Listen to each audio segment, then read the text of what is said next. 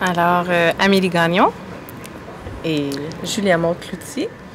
Nous sommes le CRU, collectif en danse contemporaine, qui allie aussi dans ce projet-ci le parcours ou l'art du déplacement à la danse contemporaine.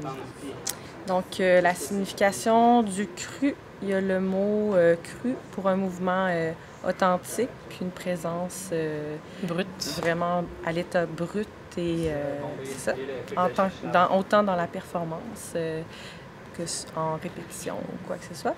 Puis il y a le mot rue aussi à l'intérieur. Donc c'est tout l'aspect in situ, investir des lieux non conventionnels. C'est une de ces raisons là, pourquoi on va être en création aussi dans la semaine numéro 2 sur le toit du musée.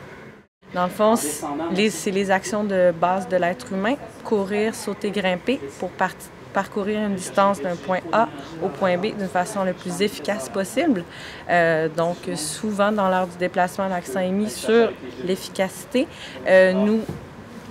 L'accent qu'on veut ou ce qu'on veut aller chercher, c'est l'aspect créativité et fluidité de cet art-là. Dans le fond, art du déplacement, c'est en lien avec le groupe qui s'appelle les Yamakasi, qui a été connu par le film du même nom. Et c'est eux qui ont donné le nom art du déplacement. Mais c'est vraiment des actions que l'être humain a fait depuis toujours.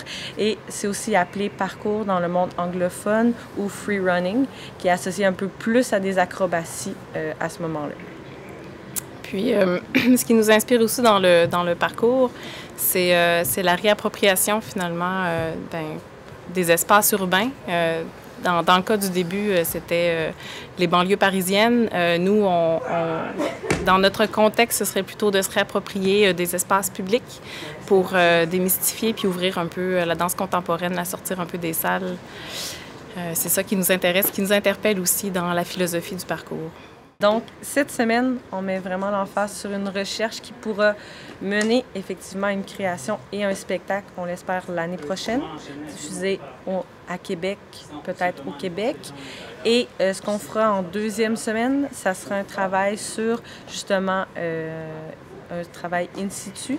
Donc, comment arriver sur un lieu assez rapidement pour en ressortir l'essence et utiliser du matériel qu'on se sera approprié à l'intérieur pour le partager vraiment avec des gens un peu partout. On entrevoit aussi travailler avec les personnes en interactivité qui vont passer, qui vont être présentes.